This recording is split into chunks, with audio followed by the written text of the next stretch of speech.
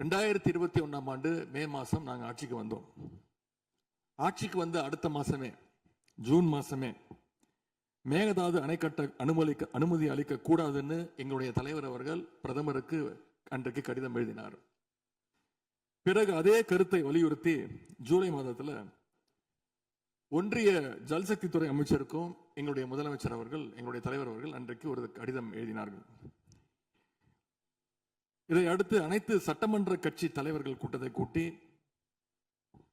எந்த காலத்திலும் அணையை கட்டக்கூடாது, அனுமதிக்க கூடாது என்ற தீர்மானத்தையும் நாங்கள் நிறைவேற்றினோம். ஜூலை மாதத்தில் மீண்டும் அதே ஒன்றிய அமைச்சர்கிட்ட நேரில் சென்றும் வலியுறுத்தி இருக்கிறோம். கடந்த 2022-23 ஆண்டு நிதியாண்டுல அணை கட்டுவதற்காக கர்நாடக அரசு 1000 கோடி ரூபாயை ஒதுக்கீடு செஞ்ச உடனே, இந்த விஷயம் தெரிஞ்ச உடனே இதே அவையில அதை கண்டிச்சு அரசினர் தனி தீர்மானத்தையும் எங்களுடைய அரசு அன்றைக்கு நிறைவேற்றுச்சு. அன்றைக்கு எங்களுடைய தலைவர் அவர்கள், முதலமைச்சர் அவர்கள் பேசும்போது சொன்னார், தமிழ்நாட்டின் உரிமையில நாம அனைவரும் ஒன்றுபட்டு நிற்போம் அப்படின்னு எங்களுடைய தலைவர் அன்றைக்கு இது அவையில குறிப்பிட்டு பேசியிருக்கிறார்.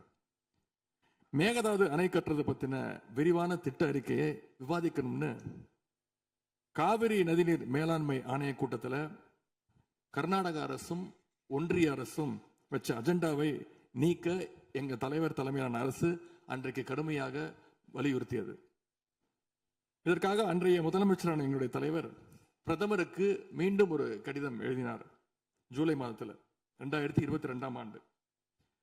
அப்போதைய நீர்வளத்துறை அமைச்சர் திரு துரைமுருகன் தலைமையில் தமிழ்நாடு சட்டமன்ற அனைத்து கட்சி குழுவினர் ஒன்றிய ஜல்சக்தி அமைச்சரை நேரில் சந்திச்சு வலியுறுத்தி இருக்கிறாங்க.